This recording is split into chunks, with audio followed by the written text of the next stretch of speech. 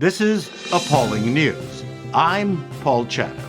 So this news item only reached my desk recently because it's from Ireland and not of particular interest to us.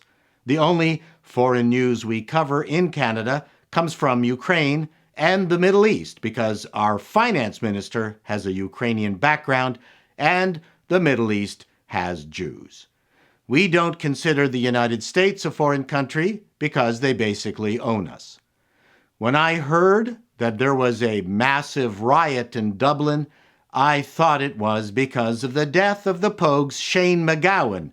But no, it was because of the tragic stabbing of 3 children and 2 adults outside of a primary school by a naturalized Irish citizen with a history of violent activity who only 20 years earlier was subject to a deportation order yet managed to stay in Ireland because of the pressure of NGOs and compassionate Irish citizens who were concerned that the murder rate in Ireland had dipped and insisted that they needed immigrants to do the work local citizens no longer wanted to do. Let's go now to the town of Lucky Charms and hear from citizen Paddy O'Lantern. I stopped murdering folk when I got out of jail 12 years ago.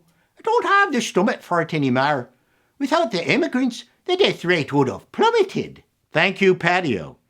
But many citizens rioted, not happy with the lackadaisical handling of the crime, allegedly motivated by the man not getting his welfare benefits, just the kind of immigrant any country would want, as well as being fed up with the present government of Prime Minister Leo Varadkar, who claimed the rioters were anti-immigrant protesters and hooligans, but never addressed the issue of the stabbings or the provenance of the attacker.